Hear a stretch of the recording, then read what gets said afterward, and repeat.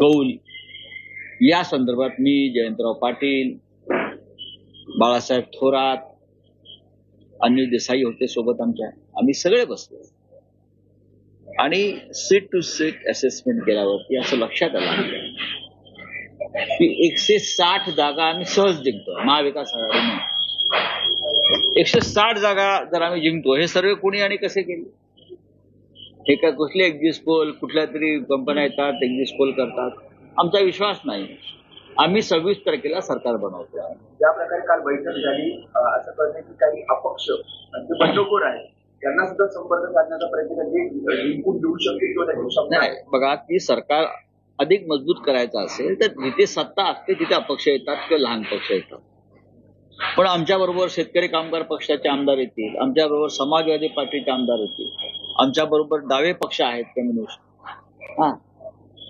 निवडून येत आहेत. जीवा पांडू गावित निवडून येत आहेत, विनोद निकोले डहाणूला निवडून येतात, शेका पक्षाचे आमदार निवडून येत आहेत, समाजवादी पार्टीचे आमदार निवडून येतात. हे सगळे महाविकास आघाडीचे घटक आहेत. याशिवाय काही अपक्ष आमच्या बरोबर आतापासूनच त्यांनी आम्हाला पाठिंब्याची इच्छा व्यक्त केलेली आहे. आणि आतापासूनच एकनाथ शिंदे, देवेंद्र फडणवीस वगैरे जी मंडळी आहेत बरं का, जे उशाला नोटांची बंडलं घेऊन झोपतात, त्यांना झोप लागत नाही, त्याशिवाय गादीमध्ये पण पैसे टाकून झोपतात, त्यांनी आतापासूनच या अपक्षांना वगैरे 50-50 कोटी 100-100 कोटी ऑफर द्यायला सुरुवात केली. याचा अर्थ आम्ही जिंकतो आहोत. हे सर्वेवाल्यांना सांगा तुमच्या. जेव्हा हे असे लोक त्यांना जिंकण्याची एवढी खात्री असेल तर आतापासून पैशाच्या थैल्या पाठवल्या नसता लहान पक्ष अपक्ष वगैरे लोकांना.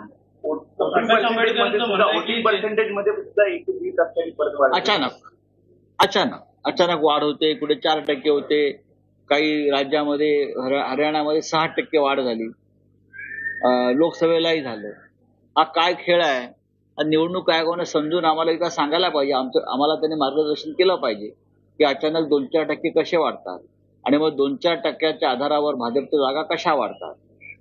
हा एक जो खेळ आहे, एकदा निवडणूक आयोगाचे जे 3 वीर बसलेले आहेत खुर्च्यांवर, त्यांनी आम्हाला समजून सांगावं महाराष्ट्राला आणि देशाला. महिलांचं वोटिंग जास्त झालंय पुरुषांपेक्षा अनेक मतदारसंघामध्ये. चांगली गोष्ट आहे. महिलांनी मतदानाला जर टक्का वाढला असेल तर नक्कीच आम्ही त्याचं स्वागत करतो. असं म्हणते की लाडक्या बहिणींनी आम्हाला मतदान केले आणि त्यामुळेच हा टक्का वाढला. लाडक्या बहिणींची मतं आपण विकत घेतली आहेत का? लाडक्या बहिणी ह्या फक्त तुमच्याच आहेत का? उद्या कळेल ना. माझं असं म्हणणं, उद्या कळेल कोणाला काय म्हणायचं आहे. लोकशाहीमध्ये त्याला स्वातंत्र्य आहे, सांगण्याचं, बोलण्याचं, लिहिण्याचं. जेवढं स्वातंत्र्य गौतम अडाणीला आहे गुन्हे करून सुटण्याचं, ते स्वातंत्र्य सगळ्यांना आहे, बोलण्याचं, खोटं बोलण्याचं.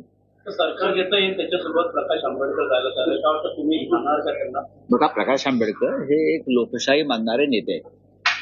त्यांचे जर 50-60 आमदार निवडून येत असतील आणि गरज लागली 50-60 आमदारांची, तर आम्ही नक्की, आणि महाराष्ट्राचे महत्वाचे नेते आहेत ते प्रकाश आंबेडकर साहेब, आम्ही नक्की त्यांचा विचार करू. काय विचार करायचा नाही? लोकसभेला सुद्धा आम्ही प्रयत्न केला, ते आमच्यावर राहावेत. विधानसभेसाठी आम्ही आंबेडकर साहेबांचा प्रयत्न केला. त्यांचंच म्हणणं आहे की ज्यांची सत्ता आहे त्यांच्यावर राहणार. आमची सत्ता येते, आमची सत्ता येते, त्याच्यामुळे आंबेडकर साहेब आमच्याबरोबर नक्की राहतील. राष्ट्रपती नाही, असं आहे की भारतीय जनता पक्षाचा एक डाव आहे. त्याने आम्हाला सरकार बनवण्यासाठी फार कमी वेळ दिला. उद्या निकाल लागतो, संध्याकाळ, रात्री, मध्यरात्रीपर्यंत. मग 24 आणि 25 तारखेला आपापले आमदार, महाराष्ट्र खूप मोठा आहे हो, मग इथे आमदार पोहोचतील, तिन्ही पक्षाच्या विधिमंडळ पक्षाच्या बैठका होतील, विधिमंडळ पक्षाचे नेते निवडले जातील, ताबडतोब सरकार स्थापनेचा दावा केला जाईल. तरीही राजभवनामध्ये भारतीय जनता पक्षाच्या शाखा असल्यामुळे किंवा केंद्रीय गृह मंत्रालयात त्यांचा कारभार भाजपचा असल्यामुळे ते आम्हाला अडथळे आणण्याचे प्रयत्न करतात. नक्कीच आमच्या वाट्याला बहुमत आलं तरीही ते तो प्रयत्न करतील. आम्ही सर्व अडथळे पार करून महाराष्ट्रामध्ये महाविकास आघाडीचं सरकार स्थापन करू. सरकार स्थापन करण्यापासून आम्हाला कोणीही रोखू शकत नाही. खबरदारी म्हणून तुमचे सगळे आमदार उद्याच तुम्ही बोलवलं असं कळतंय. नाना पटोले सुद्धा म्हणतात की एकत्र आम्ही सगळे आमदार ठेवून- असं ठरवलंय काल की आमचे जे निवडून आलेले आमदार आहेत त्यांना एकत्र मुंबईत आणणं गरजेचं आहे. ग्रामीण भागातल्या अनेक आमदारांना मुंबईत निवास व्यवस्था नाही. नवीन आमदार येते, जुने आमदार असतात, त्यांची काहीतरी व्यवस्था असते. पण ग्रामीण भागातून गडचिरोली पासून चंद्रपूर, नांदेड नवीन आमदार निवडून येणार, ते मुंबईत राहणार कुठे एकत्र? त्यांची निवास व्यवस्था आम्ही एकत्र करावी असा एक आमचा काल निर्णय झालेला आहे. सर कल आप लोगों की मीटिंग में क्या चर्चा हुई थी? क्या जो है जो विधायक संभावित एक मिनिट तुमचा प्रश्न काय? अपक्षांची गरज नाही. कोणते गुलाबराव? पाटील बघा तिथे गुलाबराव देवकर जिंकून येत आहेत, त्याच्यामुळे त्यांचीच गरज पडणार नाही. जळगाव ग्रामीणमध्ये माझ्या माहितीनुसार राष्ट्रवादी काँग्रेसची तुतारी वाजते आहे, महाविकास आघाडीची, आणि गुलाबराव देवकर तिथे निवडून येत आहेत. त्याच्यामुळे त्यांची गरज आहे की नाही सरकार स्थापनेत हे त्यांनी ठरवायचं. आप बोलिए. सर ये कल आप लोगों की एक जो है ग्रैंड हयात होटल में मीटिंग हुई थी, आज भी आप लोगों की कुछ मीटिंग होने वाली है. क्या इसमें प्लानिंग हो रही है कि जो विधायक संभावित जीत कर आएंगे? संभावित उम्मीदवार जो है, एक बात यह है कि कल सुबह से नतीजे आएंगे. हमें पूरा विश्वास है कि हमें बहुमत प्राप्त होने जा रहा है. 160, 165 तक हम विधायक हमारे चुनकर आएंगे. महाराष्ट्र बहुत बड़ा राज्य है, दूर दरार से लोग चुनकर आएंगे. मुंबई में आने के बाद उनके लिए रहने के लिए जगह नहीं है, कहाँ रहेंगे वो? भागम भाग होगी, उनके ऊपर प्रेशर रहेगा ये लोगों का, खोके वालों का.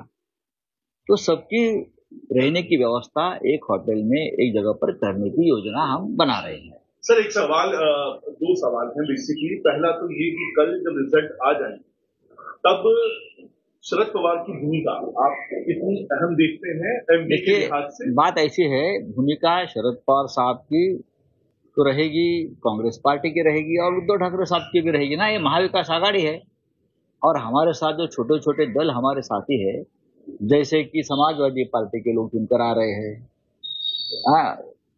कम्युनिस्ट पार्टी के लोग चुनकर आ रहे हैं, शेतकरी कामगार पक्ष है वहां एक, उनके लोग चुनकर आएंगे, कुछ इंडिपेंडेंट आएंगे.